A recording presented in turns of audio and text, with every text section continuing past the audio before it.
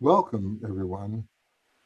We are thankful for the opportunity to participate in this Bridges presentation. In these troubled times, we thought we needed to do something special as a service to Baha'u'llah and Abdu'l Baha.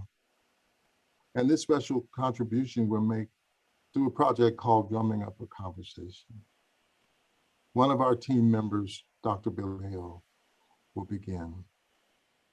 Dear family, it is an opportunity beyond any of our expectations that we have this time to share with you our program entitled Drumming Up a Conversation. There's also a bounty that we are participating in this program that is like a gift to Abdu'l Baha as we recognize and commemorate his ascension. Drumming Up a Conversation on Race.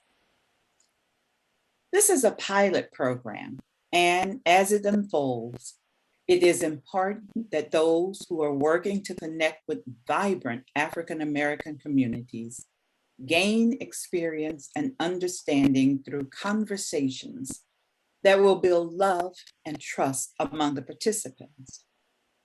Through this pilot program, with built-in cycles of reflection, assessment, and action, we intend to develop programming that will enable participants to gain experience and then grow the program from a pilot project into a few test sites to a program that can be replicated nationwide.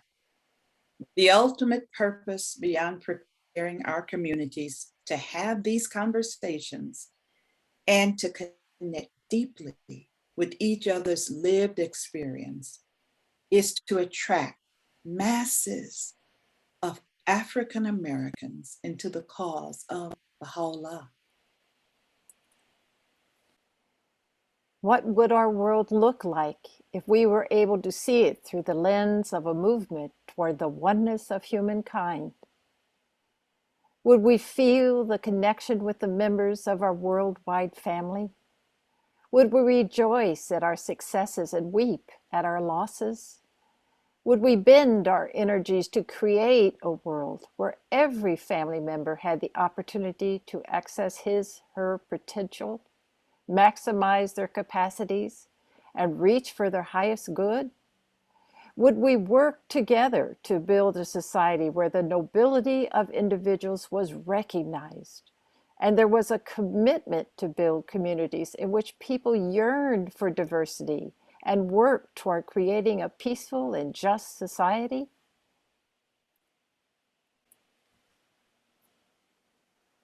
We live in the midst of populations which are in desperate need of the message of Baha'u'llah. It is our duty to present it lucidly and convincingly to as many souls as possible. The darkness and suffering around us not only are the signs of a need, but also present us with an opportunity which we must not fail to use. Conveying the message is merely the first step. We must then ensure that it is understood and applied. For as we read in one of the letters written on behalf of the Guardian, until the public sees in the Baha'i community a true pattern in action of something better than it already has, it will not respond to the faith in large numbers. When people embrace the cause, they should then, through the teachings, develop their relationships with each other and with their fellow citizens to gradually produce a truly Baha'i community, a light and haven for the bewildered.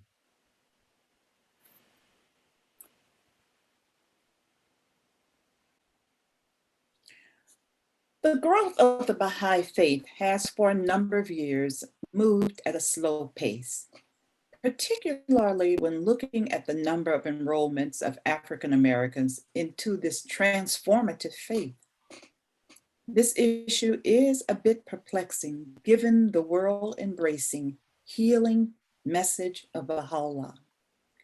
One variable which perhaps has had an impact on the growth as it relates to African Americans joining the Baha'i faith is the presence of the debilitating oppression of racism.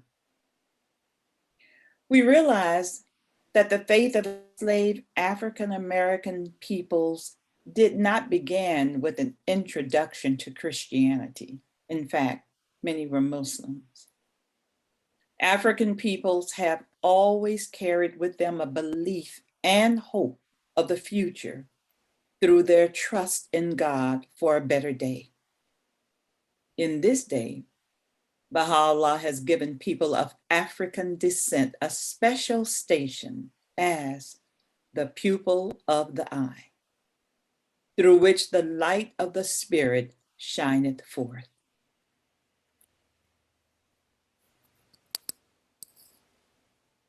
Several years ago, a group of Kansas City African American men began a regular musical devotion with a heartfelt discussion on race.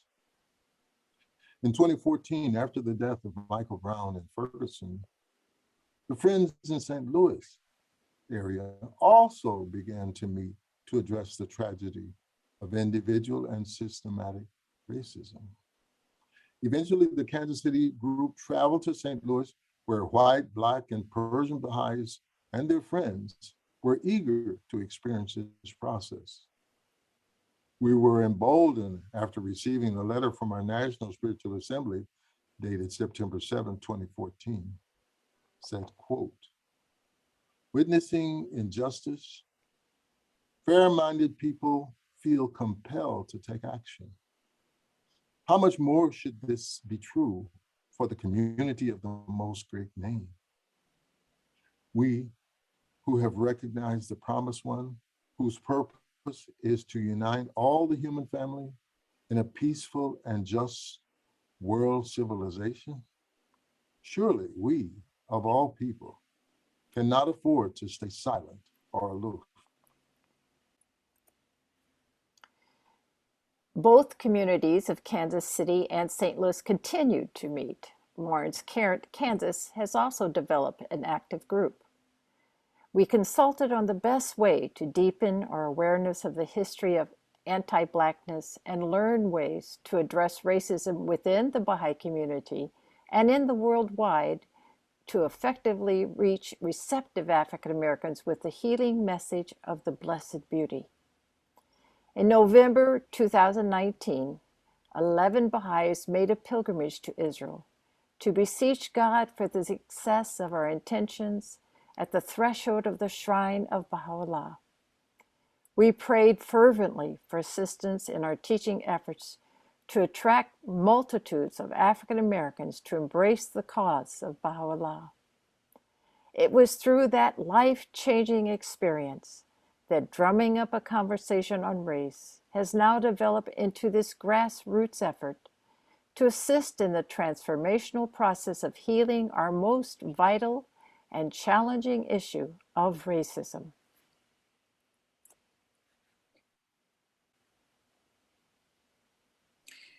We will be implementing this program through the use of racially diverse teams.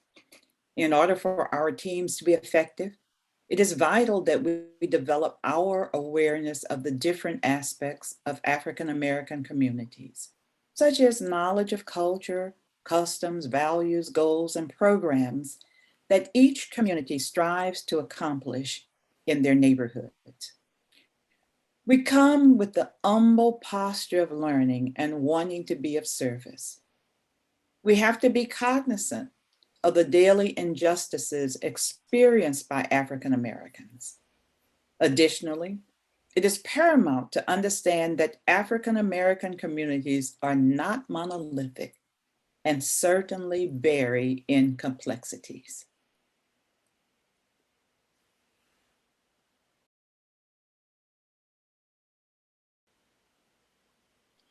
The program usually begins with an explanation of how the use of drums followed by storytelling can create unity, express creativity, develop virtues, and promote spiritual concepts. The significance of storytelling is pulled from the history of the African oral tradition of knowledge being passed from generation to generation by the griot and also storytellers. The griots help people to make sense of the world and to teach children and adults about the rich tradition of their society that occurs throughout Africa. Drumming techniques are then introduced to encourage everyone to play and demonstrate unity and diversity. The work of the facilitator is to share the importance of storytelling in a way many African people share their values, customs, and virtues. The facilitator also assists the participants in making the transition from call and response to a very real life experience with racial issues that incorporate values and virtues. A key component of the sharing is that while the person is telling his or her story, the facilitator listens for a virtue that the speaker has in the story. When the story is complete, the facilitator might ask for comments about the story to see if anyone noticed a virtue in the story. If no one identifies a virtue, then the facilitator shares that virtue to raise the level of dialogue to a more spiritual level toward oneness. There are several ways, of course, to introduce drumming up a conversation on race, including a potluck gathering, a movie night, singing, storytelling, or reciting poetry with the aim directed towards creating new and deeper relationships.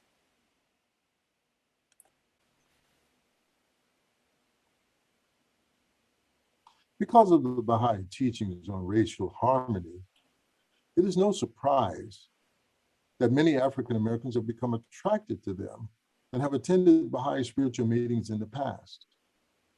Often, however, the environment, the conversations, and the language at those gatherings did not sincerely reflect the lofty teachings and failed to maintain the spiritual attraction of the visitors. So in our training, we use these following things. Know who you are. We do that through understanding the dual nature and twofold moral purpose. Learn the skills and capacities as they relate to African American life. And then most importantly, understand the reality of the space that you're working in. Specifically, we're talking about location and neighborhood in which you're attempting to teach. Fellowship is friendly association and a valuable beginning in relationship building with African Americans.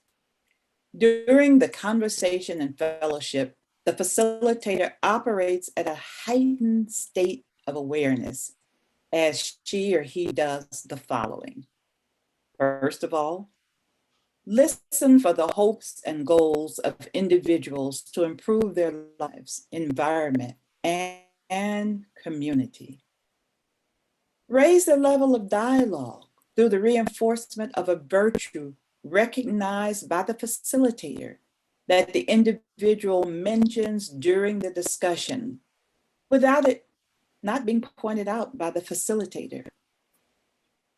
Nurture the organic process as it unfolds when the individual recognizes the virtue or virtues within the story that he or she is sharing.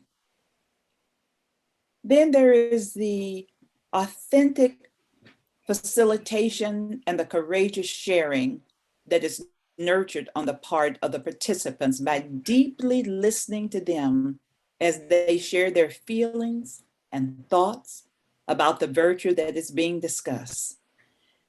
Simultaneously, as the participant is gaining that insight into his or her thinking, the facilitator, who is sensitive to this happening, is also gathering information that will aid in assisting the individual in reaching and attaining that higher level of spiritual discourse.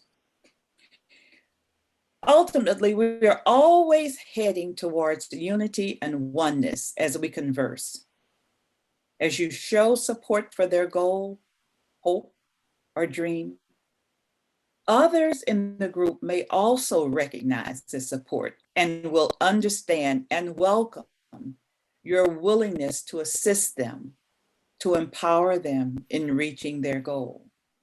You have now reached that wonderful stage of accompaniment. We close with this quote. Now the dark-skinned people, he, Shoghi Effendi said, would have an upsurge that is both spiritual and social. The spiritual upsurge will rapidly bring them great gifts because this is an act of God. And it is so intended. And all the world's prejudiced forces will not hold it back one hair's breadth. The Baha'is will glorify it and understand it. The social repercussions of race suppressions around the world will increase at the same time. And frighten the world's forces will see that the dark-skinned people are really rising to the top.